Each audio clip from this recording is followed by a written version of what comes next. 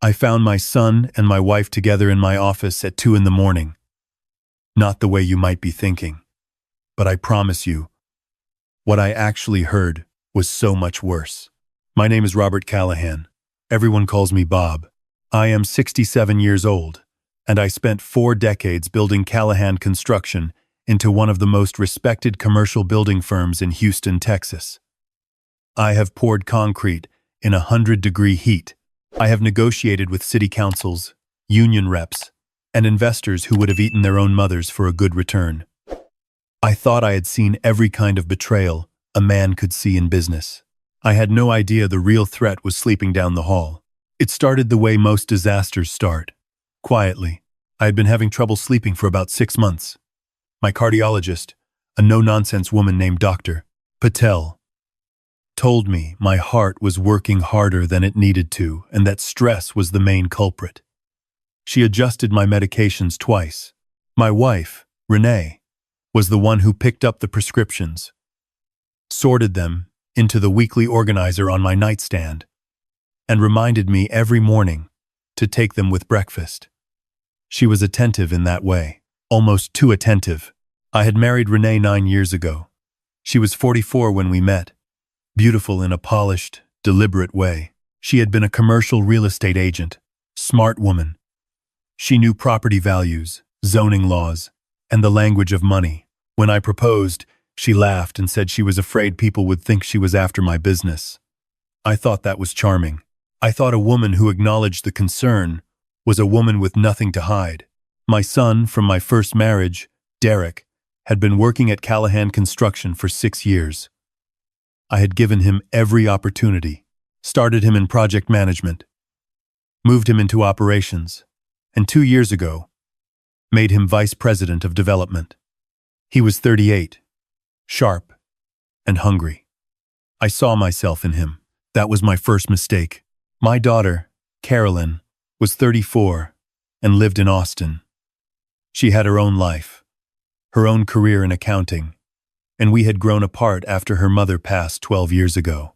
I had thrown myself into work and into Renee, and Carolyn had quietly drifted to the edge of the family.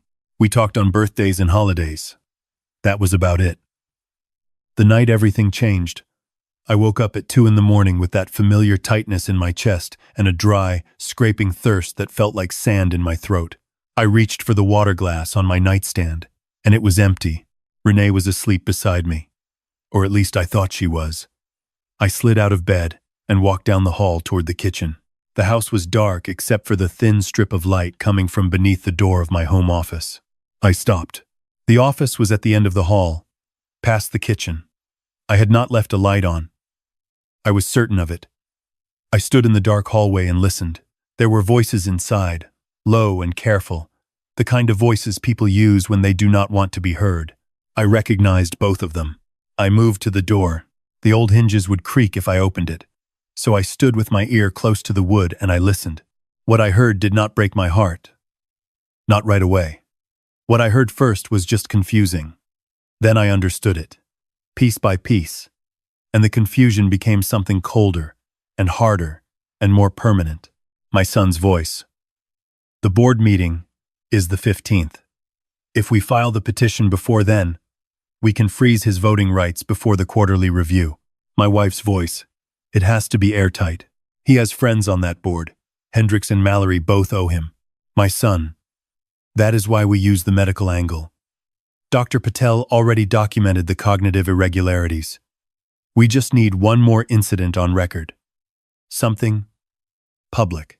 Something that makes people start asking questions. My wife. The charity gala is the 20th. He will be there in front of everyone. All I have to do is adjust the dosage the morning of, and he will be confused enough that people notice. We document it. We photograph it. We add it to the file. A pause. Then my son's voice again, quieter. And after the petition is approved, once we have conservatorship, my wife. Then I handle the estate restructuring, and you take operational control of the company. The offshore accounts get consolidated into the new holding structure. By the time anyone realizes what happened, it will all be perfectly legal.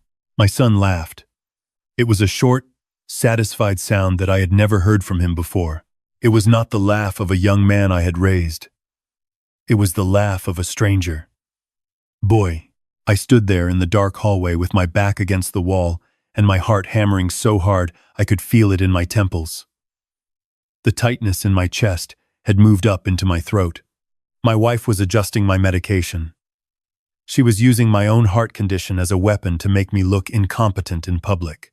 My son was going to use that manufactured incompetence to petition for conservatorship over me, strip my voting rights, and take control of the company I had built from the ground up. They were going to bury me alive. I do not know how long I stood there. Long enough for the light under the door to go dark. Long enough to hear footsteps cross the office floor. I moved quickly and silently back down the hall and got into bed before Renee's footsteps passed our door and continued toward the kitchen. I lay in the dark and stared at the ceiling. My hands were shaking, but I was not afraid. I was calculating. In the morning, she set the weekly organizer on the breakfast table in front of me with a warm smile and a cup of coffee. 3 pills, a white one, a yellow one, and a small oval blue one that she said the doctor had added to help with inflammation. I looked at that blue one and I thought about what she had said in the office. Adjust the dosage. I picked up the pills, put them on my tongue, took a sip of coffee, and slid the blue one under my tongue while I swallowed the others. Then I excused myself to use the restroom and put the blue pill in my shirt pocket. That afternoon, I drove to Austin. I had not called ahead. I knocked on Carolyn's door at 4 in the afternoon on a Tuesday, holding a brown bag of tamales from the place near the highway that she had loved when she was in college. She opened the door and looked at me like I had appeared out of thin air. "Dad," she said. "I need to talk to you," I said. She stepped back and let me in. I sat at her kitchen table and I told her everything. She listened, without interrupting.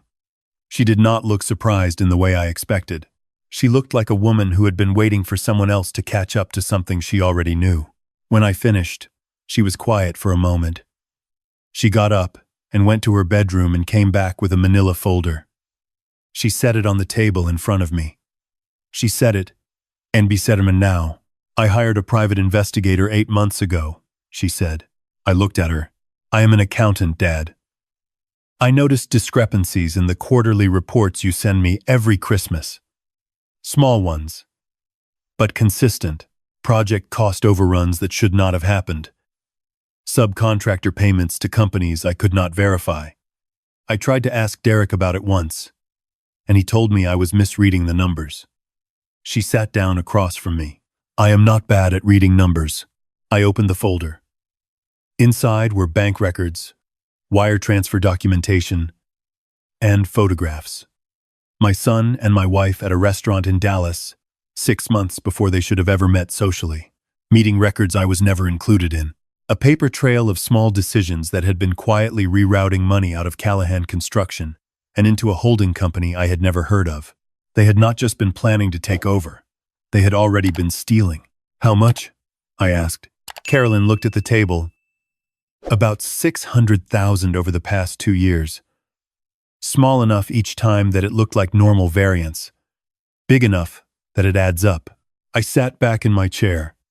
The tamales sat between us untouched. "Why didn't you tell me?" I asked.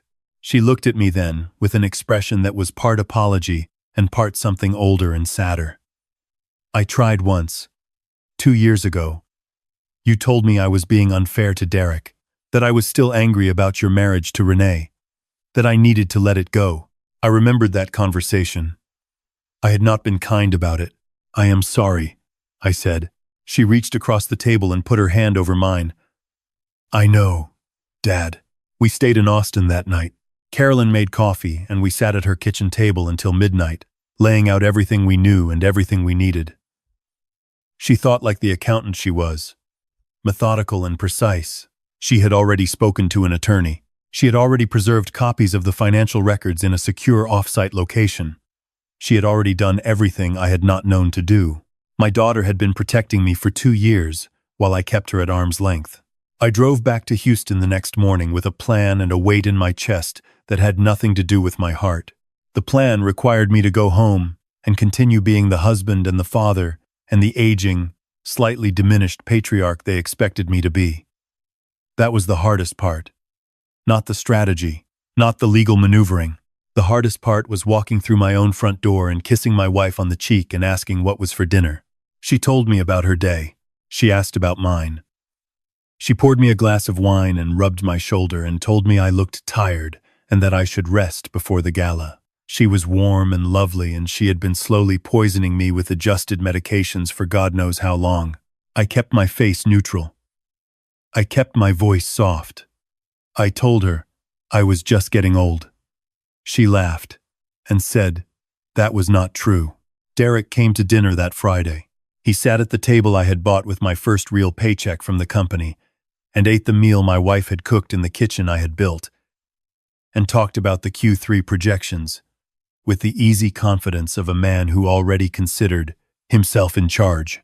He told me, gently, that he thought it might be time to bring in outside management consultants to help modernize operations.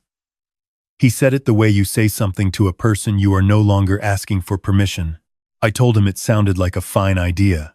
I asked him to put together a proposal. He looked pleased. A small, private smile crossed his face before he controlled it. He thought he had me. He thought I was exactly where they had put me. Over the next 2 weeks, I did 3 things. First, I had the blue pills analyzed by a private lab. The results came back in 4 days. The pills were not what the label said they were.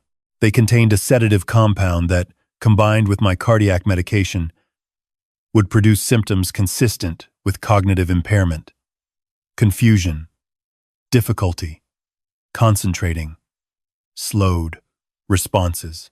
If a doctor saw me on a bad day, they might document exactly what my wife wanted them to document.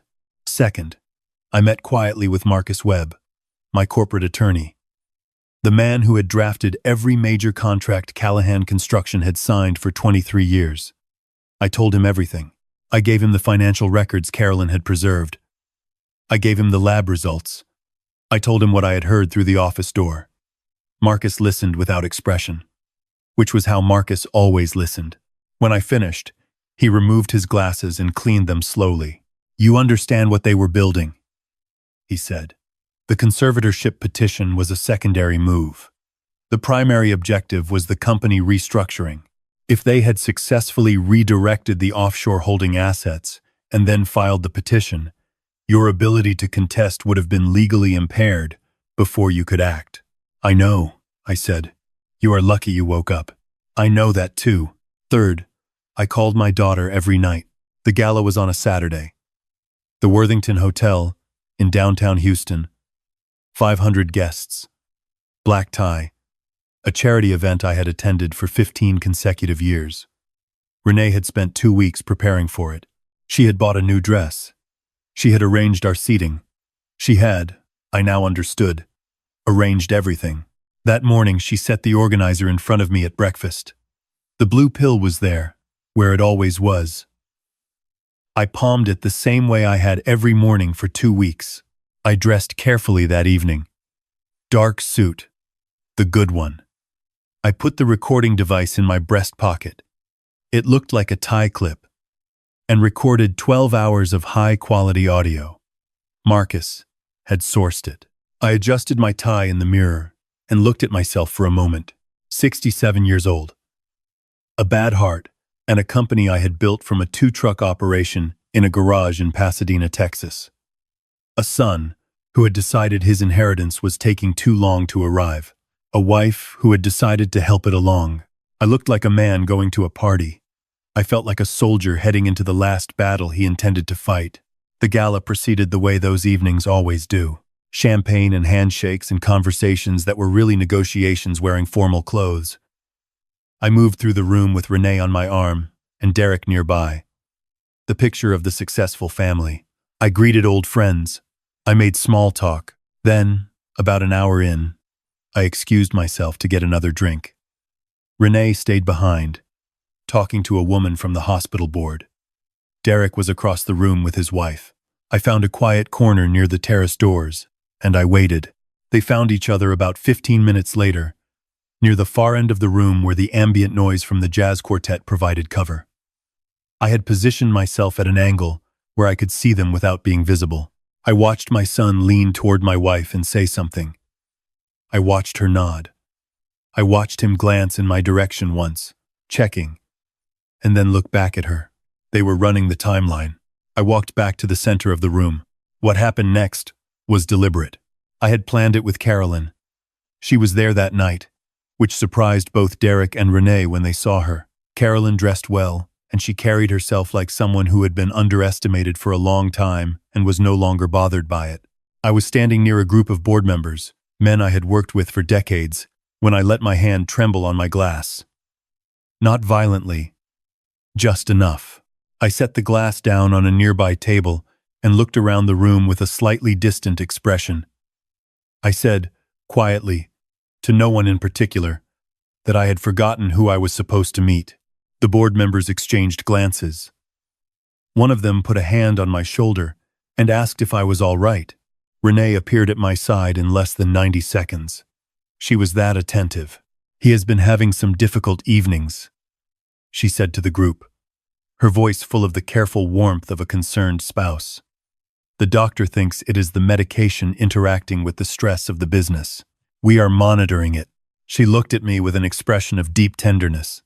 Are you all right, sweetheart? I am fine, I said, letting my voice sound slightly confused. I just need some air. She guided me toward the terrace, her hand firm on my elbow. When we stepped outside, away from the crowd, she leaned close to my ear. I am going to ask Derek to bring over the Morales and the Hendricks for a moment. I need them to see you outside too. Good thinking, I said. She squeezed my arm and went back inside. I stood on the terrace and breathed the night air, and thought about the fact that my wife had just complimented me on my performance in a play she thought she was directing. 2 days later, Marcus called a meeting. The meeting was held in Marcus's conference room on the 40th floor of a building downtown. It was a Monday morning. Renee and Derek had been told it was a routine review of the quarterly financials and a discussion about the board restructuring proposal Derek had submitted. They arrived together, which told me everything I needed to know about how they viewed the situation. They were already operating as partners. They did not bother to conceal it. I was already seated when they arrived. I was wearing my oldest suit. I had not shaved particularly well. I let my shoulders curve inward and kept my eyes slightly unfocused, the posture of a man who was not sure he wanted to be there. Marcus sat at the head of the table. A paralegal named James sat beside him. Carolyn sat beside me, which visibly surprised Derek. He looked at her, and then at me, and then at Marcus, and I watched him recalibrate behind his eyes. Carolyn, he said, his tone pleasant and careful. I didn't know you were coming. It is Dad's meeting, she said. Derek took the seat across from us. Renee sat beside him.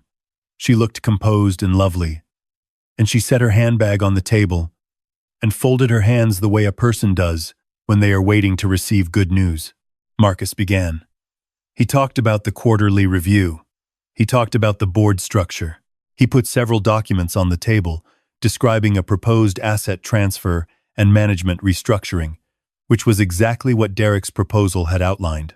He explained that given the documented health concerns, the proposal included a temporary transfer of executive authority and signatory control to Derek, and a secondary trustee, Renee, pending a formal competency review. Derek's posture relaxed. Renee's hands unfolded. There is also a secondary document, Marcus said, sliding a thick packet across the table. This formalizes the holding structure for the offshore accounts and consolidates the development portfolio under the new management entity. It is fairly standard for a transition of this nature. I would ask all parties to review and sign today so we can proceed with the board filing before the 15th. Derek reached for the documents. He did not read them. He was looking for the signature pages. I had been watching him for weeks, and I had understood something about my son that I did not want to understand. He had mistaken my patience for weakness for so long that he had forgotten how to be careful around me. He found the first signature line and picked up the pen. "Hold on," I said. My voice came out wrong. Too clear, too steady. Derek's pen paused. I reached up and straightened in my chair. I rolled my neck slowly. I put both hands flat on the table. The shift in the room was immediate. Renee's expression flickered. Derek's pen hovered. Before anyone signs anything, I said, I want to make sure we all understand what we are signing. Dad, Derek said, in the careful tone he had been using with me for months. The tone one uses with someone who is not quite all there. We went through this. This is just the transition structure we discussed. The transition structure, I repeated. I looked at him. Tell me about page 47. Silence. Page 47 of the document you are about to sign, I said. The Callahan Logistics subsidiary. Tell me about it. Derek looked at the document. He started flipping pages. I will save you some time, I said. Callahan Logistics is a subsidiary. I created in 2019 to hold a development project in Beaumont that failed. Environmental remediation costs, zoning issues, defaulted construction loans. The total liability currently sitting in that subsidiary is approximately $4 million. The document you are holding, on page 47, transfers personal guarantee of that liability to the signing parties, meaning you, Derek, and you, Renee, personally, not the company. You. Derek's face had gone still. Renee was looking at Marcus. That cannot be right, she said. Her voice was controlled but thin at the edges. That was not part of the agreement. Which agreement? I asked. The question sat in the room like a stone dropped into water. The restructuring, she said carefully. You mean the restructuring you and my son planned in my home office 2 weeks ago at 2 a.m? I said. The color left her face so completely and so quickly that it looked like something physical had been removed. Derek put the pen down. I do not know what you think you heard, he started. I reached into my jacket pocket and placed the tie clip recorder on the table. I did not think, I said. I recorded. I looked at Marcus. He pressed a button on the conference room speaker panel. The room filled with voices. The quality was clear and unmistakable. My son's voice, deliberate and certain. The board meeting is the 15th. If we file the petition before then, we can freeze his voting rights. My wife's voice. I handle the estate restructuring and you take operational control. The offshore accounts get consolidated. By the time anyone realizes what happened, it will all be perfectly legal. I let it play for 30 seconds. Then Marcus stopped it. Renee stood up. She pushed her chair back hard enough that it rolled and hit the wall. This is entrapment, she said, her voice rising. You cannot use that in court. You manipulated us into what? Carolyn said. Everyone looked at her. Carolyn had barely spoken since the meeting began. She opened the folder she had brought and set 3 documents on the table. Bank records, transfer documentation, the offshore account trail she had spent 8 months assembling. $600,000, Carolyn said, her voice even and precise. Over 26 months. Routed through 3 intermediary accounts to a holding entity registered in Delaware that my brother controls. She looked at Derek. I am an accountant. I have been watching you do this for 2 years. Derek looked at the documents. His face had taken on a particular quality. The quality of a person who has just realized that the room they were standing in was smaller than they thought. He looked at me. For just a moment, behind the composure he had been wearing for years, I saw something I recognized. The face of a younger man.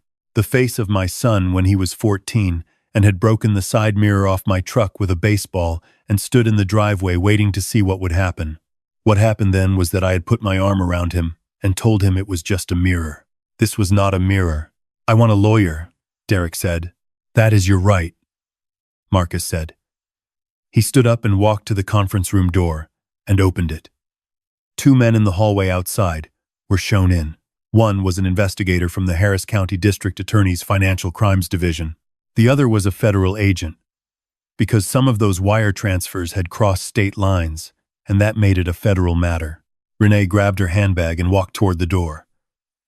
Ma'am, he said, I need to ask you to stay. She stopped. She turned around and looked at me. For a moment, she was silent.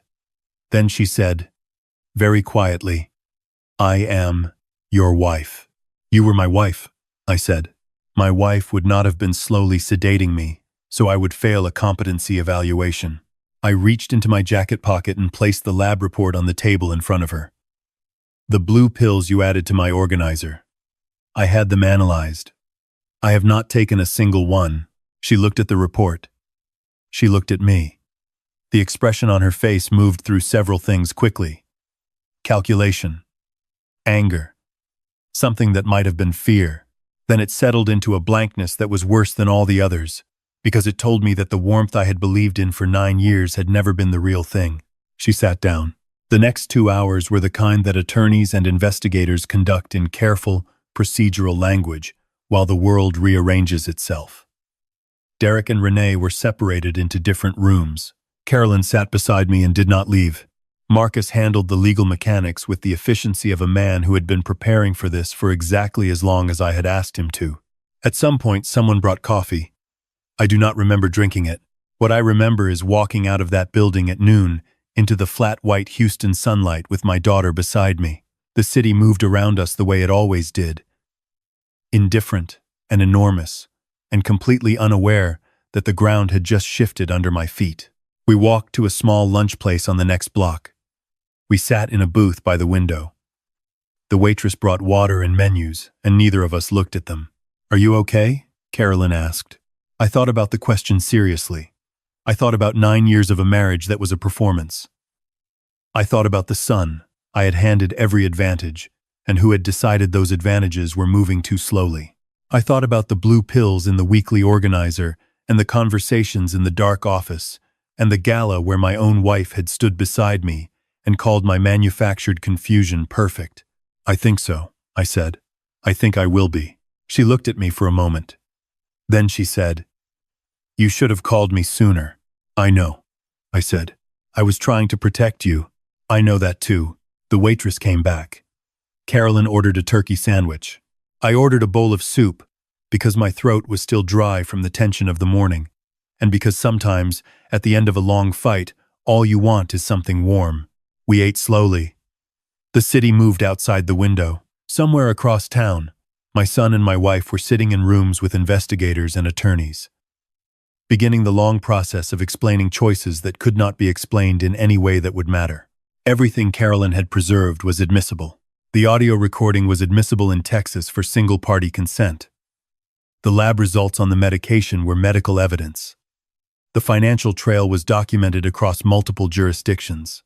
Marcus told me later that afternoon that the DA's office had called it one of the cleaner fraud cases they had seen, because of the amount of documentation that had been compiled before anyone was approached.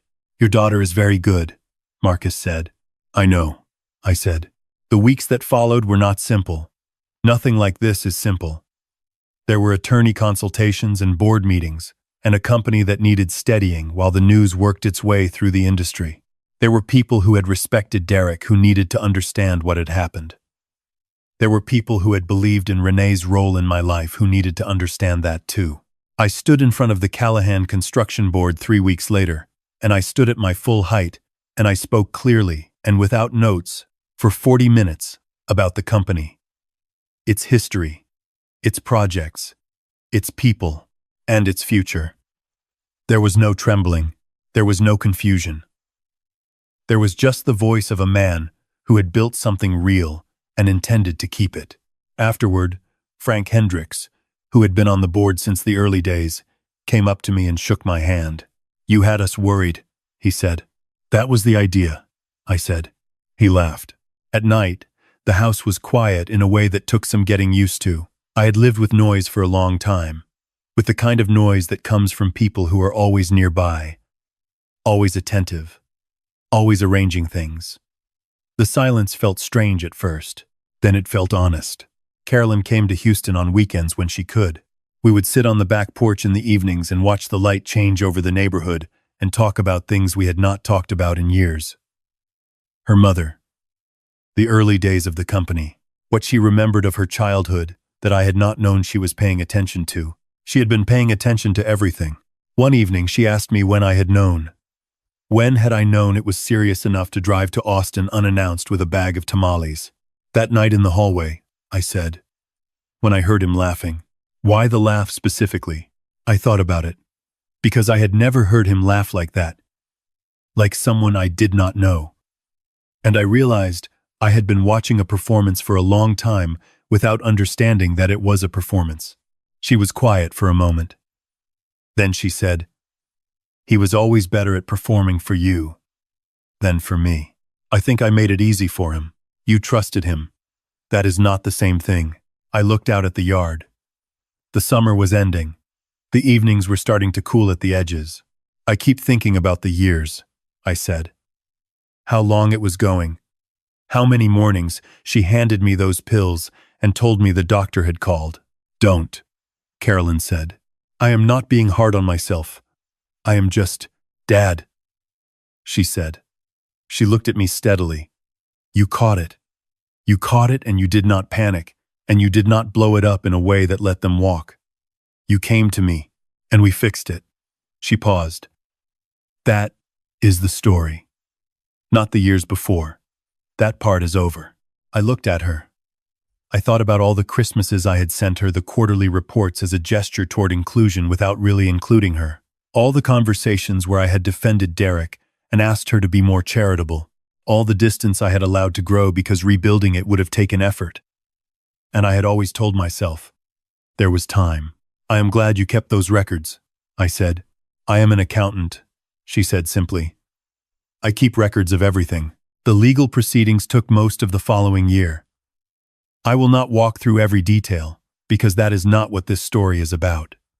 What I will tell you is that the financial fraud conviction was straightforward.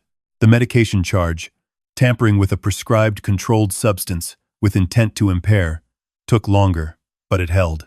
My son is currently serving a sentence for wire fraud and conspiracy in a federal facility in Beaumont, Texas. The irony of the city is not lost on me. Renee is serving concurrent sentences on the fraud and the medication charges. Neither of them has contacted me. I finalized the divorce through Marcus's firm, the prenuptial agreement I had insisted on, the one Renee had signed without hesitation 9 years ago to prove she was not interested in my money. Protected almost everything. She left with significantly less than she had calculated. Carolyn moved to Houston in the spring. She joined Callahan Construction as CFO, a title she earned rather than inherited. And within the first 6 months, she had found 2 additional irregularities in the accounting structure that nobody else had caught. She set up new protocols. She hired 3 people. She reorganized the reporting structure in a way that made the company cleaner than it had been in years. She is very good. Some mornings I walk through the company headquarters, past the project photos on the walls, past the models of the buildings we built, past the offices where the teams are working on the next round of contracts. And I feel something I do not have a precise word for. It is not just pride. It is something more like clarity. The kind of clarity that comes after a long period of confusion, when you finally see the room you are standing in for what it actually is. I nearly lost this, not to the market or to a competitor or to any of the forces I had spent 40 years preparing against. I nearly lost it to the people I had brought closest to me and trusted most completely. And I did not lose it, not because I was stronger or smarter, but because my daughter had been watching carefully for 2 years and keeping records and waiting for me to show up at her door. I used to think the most important quality in a leader was knowing how to build, how to take a piece of ground that was nothing and put something real on it that would last. I still believe that. But I have added something to it. The most important thing a man can build is the judgment to know who is actually standing with him. I got that wrong for a long time. I have no interest in getting it wrong again. If you have ever been underestimated by someone who was counting on you not to notice, this one is for you. Pay attention, keep records, and do not ever mistake patience for weakness, because sometimes the most dangerous person in the room is the one who has been quietly watching everything and saying nothing. My name is Bob Callahan. I am 67 years old. I built something worth fighting for, and I am still here. If this story meant something to you, hit the like button and subscribe to Revenge Accounts for more. Drop a comment and let me know where you are watching from. I read every single one.